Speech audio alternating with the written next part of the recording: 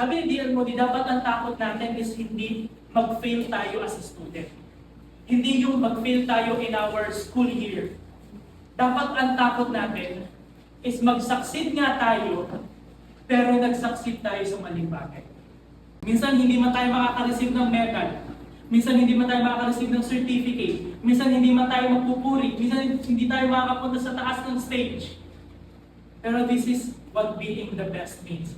Being the best student is becoming all that God wants you to be and doing all that He wants you to do. Minsan wala tayong recognition, minsan wala tayong medal, hindi ko sinasabing masama na mag-pursue ng cum laude, hindi ko masama na mag-pursue na makapasok sa top 10 or top 5. But to be the best student in real life is to be the person na dinesign sa inyo ni Lord and to do the things na gustong ipagawa sa inyo ni Lord.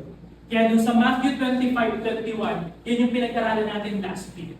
Which is sabi ng master, doon sa servant niya na dalawa, sabi ng Lord, well done good and faithful servant. Hindi sinabi ng master, well done good and famous servant. Hindi sinabi ng master, well done good and beautiful servant. Hindi sinabi doon na well done good and achiever servant. Hindi sinabi doon na well done good and aggressive servant. Hindi sinabi doon na well done good and handsome servant. Ang sabi doon, well done good and faithful servant.